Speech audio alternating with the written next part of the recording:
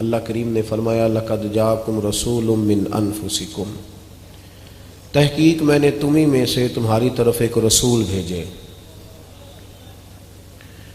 میں نے تمہیں میں سے تمہاری طرف ایک رسول بھیجے ہیں، عزیز علیہ ما عنتم۔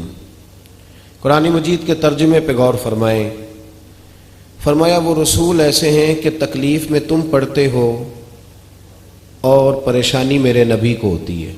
اللہ حریص علیکم، وہ تمہاری بھلائی چاہنے کے بڑے حریص ہیں، شدید خواہش ہے کہ میری امت کا بھلا ہو جائے۔ وبالمؤمنین رؤوف الرحیم، اور وہ مومنوں پہ رؤوف بھی ہیں اور رحیم۔ لیکن نا یہ انتظامیہ یہ کام تو ہوتا رہے گا، لوگ آتے جاتے رہیں گے، آپ تھوڑی توجہ کریں، محفل پر غور فرمائیں، یہ تو سلسلہ رہتا ہے نا جناب۔ تو میں جس طرح کا ماحول ہے اس طرح کا خطیب نہیں ہوں کہ جیسا ماحول تھا میں آپ کو قسمیں بھی دے لیتا، جدہ ایمان ہے وہ پڑھو، تو میں کہ باقی نا کوئی نہیں، کسی کے منہ میں چھالے بھی تو ہو سکتے ہیں نا بھائی، تو کیوں اس طرح کی قسمیں دی جاتی ہیں جس میں آدمی مجبور ہو جائے؟ تو میں ایسی کوئی بات نہیں آپ سے کرنے والا، اور نہ میں آپ کو کسی اذیت میں مبتلا کرنے والا ہوں، پر اثر کرے نہ کرے سن تو لے میری فریاد، نہیں ہے داد کا طالب یہ بندہ آزاد۔ بھائی نبی پاک صلی اللہ تعالی علیہ وسلم کے بارے میں اللہ نے ہمیں فرمایا ہے کہ تمہیں میں نے احساس والا رسول عطا فرمایا ہے۔ امت میں احساس نہیں۔ میں محفلوں میں زیادہ تو نہیں جاتا، لیکن جہاں جہاں مجھے موقع ملتا ہے نا تو اسٹیج پہ بیٹھے لوگوں میں بھی عجیب سی گھٹن ہوتی ہے۔ نعت خواں ڈر رہا ہوتا ہے کہ پتہ نہیں یہ مولوی اب کیا بول دے گا، بچ جائے بندہ، ڈر رہے ہوتے ہیں لوگ۔ مشائخ آتے ہیں تو لوگ ڈر رہے ہوتے، کمیٹی والے کو زیادہ ٹینشن ہوتی ہے بیچارے کو، ایک کہندا ہے میں پہلوں جانا ہے، میں اگے بھی ٹائم دیتا ہے، دوسرا کہندا ذرا جلدی کرو آپ نے وعدہ نہیں کیا تھا۔ عجیب سا ہر ماحول میں، ہر اسٹیج پہ یہی حال شادی پہ ہے۔ بچی کے ماں باپ اس طرح پھر رہے ہوتے ہیں پنڈال کے اندر کہ جیسے ابھی بھی کلیجہ پھٹ جائے گا اور ابھی بھی پھٹ جائے گا، اللہ کرے کو پلیٹ کم نہ ہو جائے سالن کی۔ یہ احساس والے لوگوں کا طریقہ نہیں۔ ہمیں اللہ نے احساس والا رسول عطا فرمایا ہے۔ احساس دیکھیں نا، برما سارا کٹ گیا، کشمیر کے حالات خستہ ہیں، اور معاف کرنا کچھ باتیں ایسی ہیں جو نہ چاہتے ہوئے بھی زبان پہ آ جاتی ہیں۔ یہ مذہبی سٹیج ہے، اس کی صدارت گاؤں کے سب سے غریب آدمی کو کرنی چاہیے، تاکہ اسے پتہ چلے کہ اور اگر کہیں مجھے کوئی عزت نہیں دیتا، لیکن جب نبی پاک کے نام کا سٹیج لگتا ہے تو پھر میرا ہی وقار زیادہ ہوتا ہے۔ سبحان اللہ۔ یہاں کم از کم اس آدمی کو آنا چاہیے، اس کی صدارت ہونی چاہیے۔ تو عزیز ساتھیو، احساس، رسول پاک صلی اللہ علیہ وسلم احساس والے نبی ہیں، اور احساس حضور نے امت کا کیا، احساس والی زندگی گزاری، ہر لمحہ محبوب پریشان رہے۔ یہ تھوڑا عرصہ پہلے ڈاکٹر ہارون صاحب مسلمان ہوئے ہیں، اور ابھی انہوں نے 2-3 کتابوں کا انگریزی میں ترجمہ کیا ہے، اور بھی کچھ کتابوں پہ وہ کام کر رہے ہیں، ہالینڈ کے رہنے والے ڈاکٹر صاحب ہیں۔ توجہ ہے میری بات پر آپ عزیزوں؟